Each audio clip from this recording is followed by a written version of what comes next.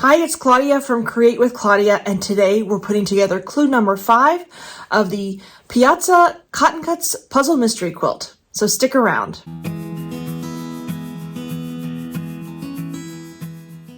So I think I tell you this every month, but I can't repeat it enough. I am really enjoying putting together these Cotton Cuts Puzzle Mystery Quilts. I did So Sweet, and it just finished up about a month ago. And this time I'm doing I'm doing the Maggiore color version. I'm doing the small version of their Piazza Puzzle Mystery Quilt. This mystery quilt is so much fun to do. It's so easy. It's great for any skill level. I can't say that enough. I've really enjoyed this. I'm just going to show you what the block looks like this month.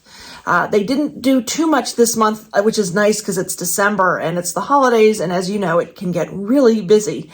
So they took it easy on us this month, which was nice. But every month I get all the pieces I need. They're all cut perfectly. They're brand new, so they haven't been washed, and don't wash them because that could shrink them a little bit. They're cut perfectly, so you don't need to worry about it as long as you use that 1/4-inch seam allowance. The patterns are written really well, with pressing directions, which I love. And you just can't beat it. They're just a really fun event. And then at the end, you get a quilt. And they usually have, I think in the past, they've always had a small and a large size. And again, I've done the small on this one, and I did the small on the So Sweet Puzzle Mystery Quilt, which I just finished the last stitching on the binding about 2 days ago. And I need to take a couple pictures, and I will be uploading them too. So anyway, we're going to get started on clue number 5 of the Piazza Puzzle Mystery Quilt. Again, I'm doing the Maggiore small version. All right, folks, here we are with clue number 5 of the Maggiore Puzzle Mystery Quilt by Cotton Cuts. I'm doing the small version. I have my color packet that tells me all the colors and fabrics I need. I printed out my clue number 5, and it looks like we only do one section, so it's just a plain old clue number 5. Some months you'll notice we have like a 4A and a 4B. This month it's just a section A, and here are the fabrics. So let me open these up and see what goodies we have. It looks like there's something else in this bag. Oh, very cool, a tape measure. I love it. Thank you so much, Cotton Cuts. I can always use these around my quilt studio. I'm going to put that aside. And then, as usual, it looks like I have all the fabrics that I need for this month. Let's see. Yep, I have the small and large of these two sections. This, I will say, this is nice. This month is not a lot of sewing, which is kind of nice because it falls in December. And as we all know, around Christmas and the holidays, it just gets super busy. So I'm going to go ahead and set all this stuff aside and get ready to sew section 5 together and show you how.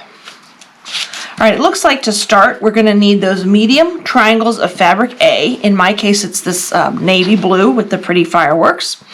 And you should have 4 of them, and I do. And I'm just going to put the others aside for right now. And then you need 2 small triangles of fabric C, which in my case is white.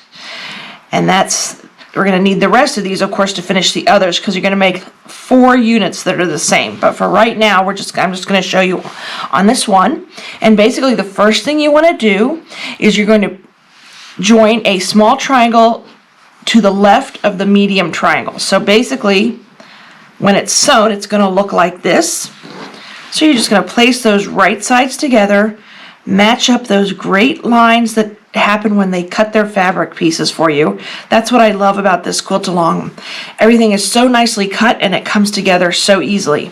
Just going to sew that 1/4-inch seam allowance. We always use a 1/4-inch seam allowance.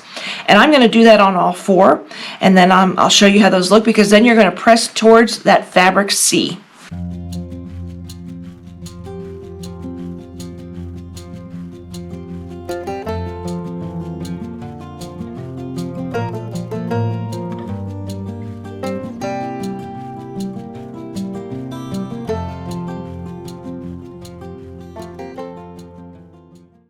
Alrighty, so here we are. Here's how they look. There's one of them. Here are the rest of them. And the next thing you're going to do is take another small triangle of fabric C and add it to the left side. You notice I press these to C, and you're just going to do that on all 4 of those units. Very simple, straight line sewing.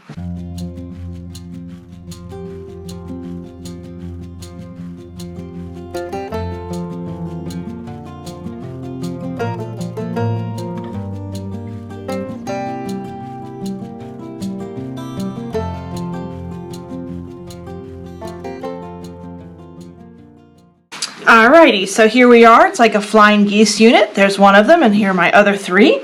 And the next thing it says, let me just check my pattern, then we're going to get some more of these small triangle C's and put them to the left and right of this flying goose unit or flying geese unit. So let me show you what it's going to look like.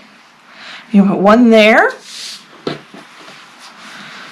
And one there. So it's just, it almost looks like we're making a longer rectangle or something like that, but I don't think it is. We'll see how it is when it ends up.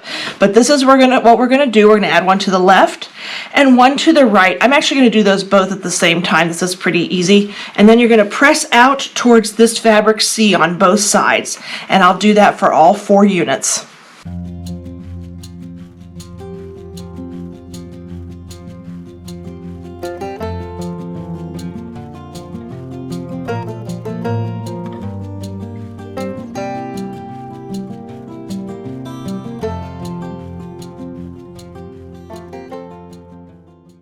Alrighty, here we are. Here's how they're looking, coming together nicely. I wanted to give you one quick tip. I forgot to mention it before when we were sewing these end sort of wings on. I'm just going to fold this one over. Make sure when you're attaching these parts, line up that bottom line with the bottom of the triangle. That'll ensure that you have a nice straight line across the bottom. That's what you want to do on that. Just a little tip there for you. So the next thing we want to do is we are going to attach, let me just read, let's see, oh, here we go. We're going to attach a medium triangle C to the top. So it's almost like you're making a larger triangle. And you're going to do that 4 times. I'm just going to show you another little trick here. Flip it over. Sew on this side. That way you can line. Look how nicely this lines up. It's hard to see with the white, I know. This piece will line up really nice. It should line up really nicely with this top. Your seam allowance, the reason I say to sew on this side is you're going to have with your thread a little X there. And you want to mark on that point. I'm just going to point here with my snippers. That's where you want to sew, is right on or right above towards the outside of that little X. That'll give you a nice sharp point for that triangle. So go ahead and do that 4 times.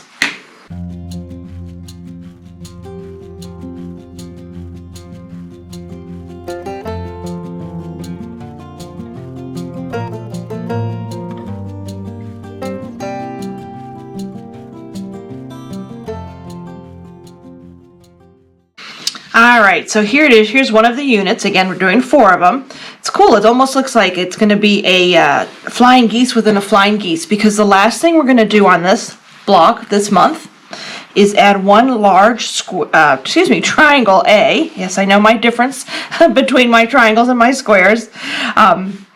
There we go. I film my videos pretty early in the morning, so sometimes I haven't had my coffee yet, so I get those things confused. But anyway, seriously, this is the last part we're going to do. We're going to add those large triangles of A on the left and right side. Again, starting with the left. You could start with the right as well. And you're just going to flip these over right sides together. Another tip, again, I always like to sew on that side with the seam. So you can see, and this one might be, the white is really bright, so it's hard to see, but there's pink thread, and you just want to sew right on or to the top of that X, so you get a nice sharp point, and these should line up if you've been using that 1/4 inch seam allowance really nicely, and it does. And you're just going to do that, and you don't even, I'm just going to actually do it on both sides before I come back to you, and we'll get those done, and then that'll be it for this month.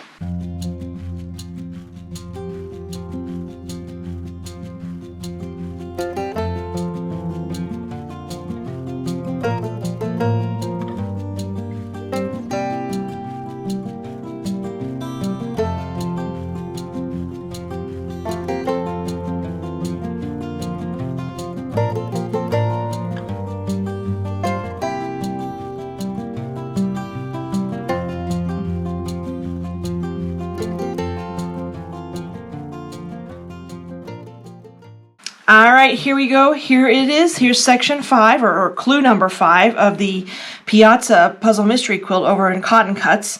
I like this. It looks almost like a flying geese unit, like a flying geese within a flying geese. It's really cool. I always love seeing these sort of secondary patterns that come through. I did 4 of these this month. That's all you needed to do. It's a nice sort of low-key month, which is nice because it is December. So as you imagine, it gets really, really busy. The one thing I did want to mention is you want to add one side, press it out, and then add the second side. I don't think I said that before. I went ahead and assembled this last part of this. But again, you put the one side on, press it out to the outside, then add the second side, press it out. And that is it. So I hope you'll stick around. Join me next month when I put together clue number 6. I know this one's coming to you a little bit late. I had my basement redone and had no place to film, so that it kind of worked out that this one came a little bit later than usual. I apologize for that. But I hope you're enjoying this quilt along as much as I am, or this mystery quilt, I should say. I can't wait to put it together, and I can't believe we're already going to be on clue number 6. So we're halfway there. We're almost done with this one too. Make sure you hit that subscribe button. That way you never miss one of my videos. Along with this, I love doing all kinds of freebie tutorials, patterns, tips, that kind of thing. I also throw in a few fabric crafts now and then. But that's what my channel is all about. So I do hope you give me a subscribe. Thank you so much for watching, and have a great day.